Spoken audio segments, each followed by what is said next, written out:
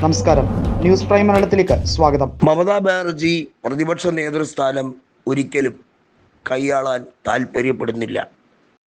പശ്ചിമ ബംഗാളിൽ മമതയുടെ പരാജയത്തിന് ശേഷം ഉപതെരഞ്ഞെടുപ്പിനെ നേരിടാൻ ആരെങ്കിലും ഭീഷണിപ്പെടുത്തുകയോ അതല്ലെങ്കിൽ മമതാ ബാനർജി ലോക്സഭയിലേക്ക് മത്സരിക്കാൻ തയ്യാറെടുക്കുകയോ ഒന്നും ചെയ്യുന്നില്ല. അവർ വളരെ വ്യക്തമായി തന്നെ പറഞ്ഞു, ബംഗാളിൽ ഞാൻ ഇവിടെ തന്നെ കാണും. എൻ്റെ അവസാന ശ്വാസം വരെ ഇവിടുത്തെ ജനതയ്ക്ക് വേണ്ടി ഞാൻ കാവലാളായി നിൽക്കും. ബംഗാളിൽ സുവേദു അധികാരത്തിൽ വന്നത് മോശമായ ലക്ഷണമാണ്. 91 ലക്ഷം ആളുകളുടെ പൗരത്വം റദ്ദാക്കിക്കൊണ്ടുള്ള SIR നടപടിയിലൂടെ താൽക്കാലികമായി അവർ ജയിച്ചു കയറിയെന്ന അഹംഭാവം അവർക്ക് കാണും. പക്ഷേ യാഥാർത്ഥ്യം എന്തെന്നാൽ തൃണമൂൽ കോൺഗ്രസിനെ അങ്ങനെയൊന്നും പൊളിച്ചെടുക്കാൻ കഴിയില്ല എന്ന് ഉറപ്പിക്കുകയാണ്. നോക്കൂ, കഴിഞ്ഞ ലോക്സഭാ തെരഞ്ഞെടുപ്പിലാണ് തൃണമൂൽ കോൺഗ്രസ് തിരിച്ചുവരവ് നടത്തിയത്.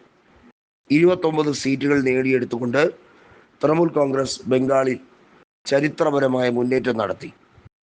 തൃണമൂൽ കോൺഗ്രസിനെ സംബന്ധിച്ചിടത്തോളം ബംഗാളിൽ മുക്കും മൂലയും അവരെ സംബന്ധിച്ചിടത്തോളം കാണാപ്പാടമാണ്. സുവേദു അധികാരിയുടെ രാഷ്ട്രീയ മോഹങ്ങൾ അത് BJPയിൽ മാത്രമേ നടക്കുകയുള്ളൂ എന്ന് അറിയാവുന്നത് കൊണ്ട് തന്നെയാണ് അദ്ദേഹം തൃണമൂൽ വിട്ട് BJPയിലേക്ക് പോയത്. മമതാ ബാനർജിയുടെ വലങ്കൈയായി നിന്നുകൊണ്ട് തന്നെ ചെവി കടിക്കുന്ന രീതിയിലുള്ള പ്രവർത്തനങ്ങൾ സുവേദു അധികാരി പണ്ട് മുതൽക്കേ നടത്താറുണ്ടായിരുന്നു എന്നുള്ളത് എടുത്തു പറയേണ്ട കാര്യമാണ്. ഇവിടെ പക്ഷെ അങ്ങനെയല്ല. ബംഗാളിൽ കലാപങ്ങളുടെ സാഹചര്യങ്ങളെ മാത്രമല്ല, പല രീതിയിലും അവിടെ നിന്നും 2 കോടിയിൽ പരം മുസ്ലിങ്ങളെ അടിച്ചോടിക്കാൻ അവിടെ നിന്നും മറ്റ് സംസ്ഥാനങ്ങളിലേക്കോ മറ്റ് പ്രദേശങ്ങളിലേക്കോ മാറ്റാൻ സുവേദു അധികാരിയും ടീമും വളരെ നാളുകളായി പണിപ്പെടുന്നു. അവിടെ പ്രശ്ന സങ്കീർണമാക്കുന്നു. മുസ്ലിങ്ങൾ തിങ്ങിപ്പാർക്കുന്ന ഏരിയകളിൽ കൃത്യമായി അസന്തുലിതാവസ്ഥ സൃഷ്ടിക്കാൻ വേണ്ടിയുള്ള നീക്കങ്ങൾ നടത്തുന്നു. ഇതൊക്കെയാണ് മമതാ ബാനർജി ചൂണ്ടിക്കാണിക്കുന്നത്. നേരത്തെ സുപ്രീം കോടതിയിൽ വക്കീൽ കുപ്പായവും ഇട്ടുകൊണ്ട് അവർ വാദിച്ചത് നമുക്കറിയാം. ഇപ്പോൾ ഇതാ കൊൽക്കത്ത ഹൈക്കോടതിയിലേക്കും മമതാ ബാനർജി വക്കീൽ കുപ്പായവുമായി എത്തുന്നു. അവർ നീതി നടപ്പിലാക്കാൻ സുപ്രീം കോടതിക്കോ ഹൈക്കോടതിയോ കഴിയുന്നില്ലെങ്കിൽ അവരാൽ കഴിയുന്ന രീതിയിലുള്ള പോരാട്ടം പണ്ട് മുതലേ നടത്തി ശീലമുള്ളത് കൊണ്ട് തന്നെ അത് തുടർന്നുകൊണ്ടേയിരിക്കും.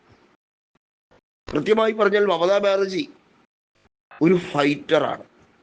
CPIMന്റെ അനിഷ്ടങ്ങൾക്കെതിരെ, CPIMന്റെ തേർവാഴ്ചയ്ക്കെതിരെയുള്ള പോരാട്ടം നടത്തി സ്വന്തം ജീവൻ പോലും നോക്കാതെ പോരാടിയതിൻ്റെ ഫലമായാണ് CPIMന് വേരോടെ പിഴുതെറിഞ്ഞത്.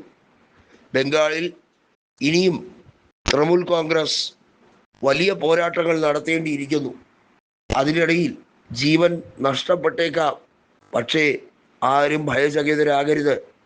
മമതയുടെ ആഹ്വാനം വലിയ രീതിയിൽ പ്രകമ്പനമായി അലയടിക്കുകയാണ് ബംഗാളിൽ.